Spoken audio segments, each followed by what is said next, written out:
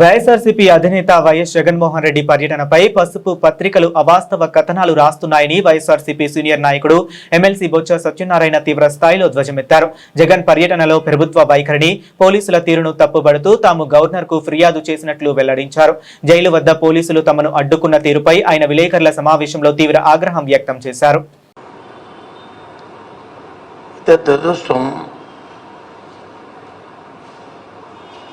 ఈనాడు, జ్యోతి, కొన్ని పత్రికలు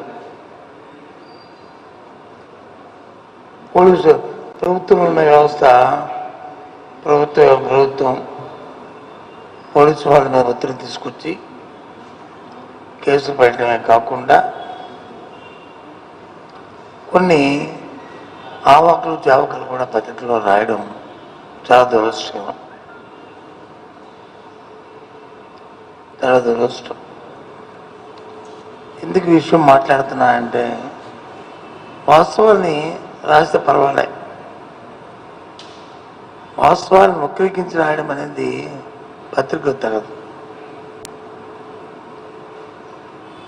ఇంకో విషయం ఏంటంటే, శాంతియుతంగా నేను వెళ్తున్నప్పుడు ప్రభుత్వం ఒత్తిడి తీసుకొచ్చి పోలీస్ శాఖతో అక్కడ ఒక సబ్ ఇన్స్పెక్టర్ని కొట్టామని చెప్పని, లేకపోతే వారి మీద దౌర్జన్యం చేశామని చెప్పని, లేకపోతే వారిని హత్య చేయడానికి ప్రయత్నం చేశామని కొన్ని నేరపూర్తమైన కేసులు పెట్టడం అనేది చాలా దురదృష్టం. నేను తీవ్రంగా ఖండిస్తున్నాం. ఇంకా మీ బుద్ధి, ప్రభుత్వం తాలూకు బుద్ధి మారలేదు,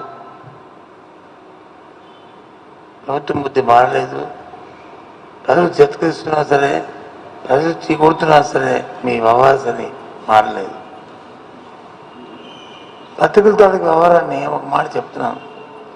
ఇవాళ ఈనాడు పత్రికలో నా ఫోటో వేసి, ఎందుకు నేను మాట్లాడుతున్నా అంటే, నా ఫోటో వేసి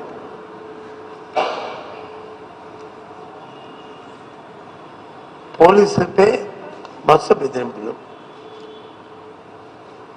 నా రాజకీయ జీవితంలో వచ్చి నన్ను ఎవరు బెదిరించలేదు, నేను ఎవరిని బెదిరించలేదు. ఏంటి, ఏదో రంగరాజు గారు అయిపోయారు, ఆయన తత్వం అయిపోయింది, మనం ఇంకా వారసత్వాన్ని కూడా ఈ వారసత్వం వచ్చిందా ఏంటి? రాత్రులు నన్ను జరిగిన సంఘటనలో నేను గవర్నర్ గారికి కూడా లేఖ రాయిపోతున్నాను. నేను రేపు ఆ లేఖ కూడా మీకు విడుదల చేస్తాను.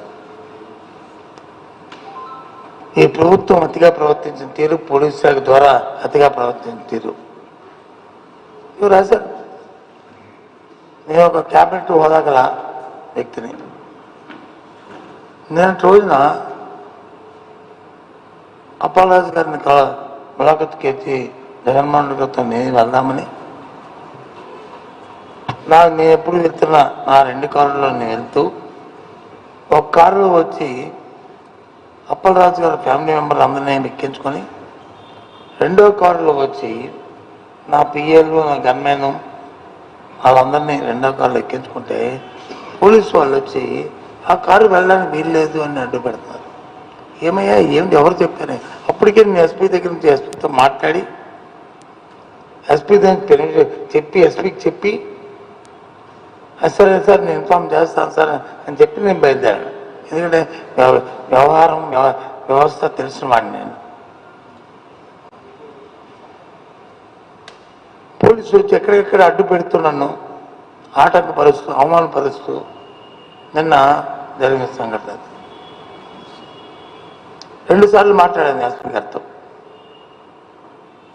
వారు సౌమ్యంగా మాట్లాడారు, నేను సౌమ్యంగా మాట్లాడారు. వారు ఓకే అన్నారు, నేను ఇన్ఫార్మ్ చేస్తామని చెప్పి అయిపోయాయి. కింద వాళ్ళకి మన విషయం పాస్ అయిందా లేదు, ఓవర్ యాక్షన్ చేశారా, అతిగా ప్రవర్తించారా విషయం తెలియదు.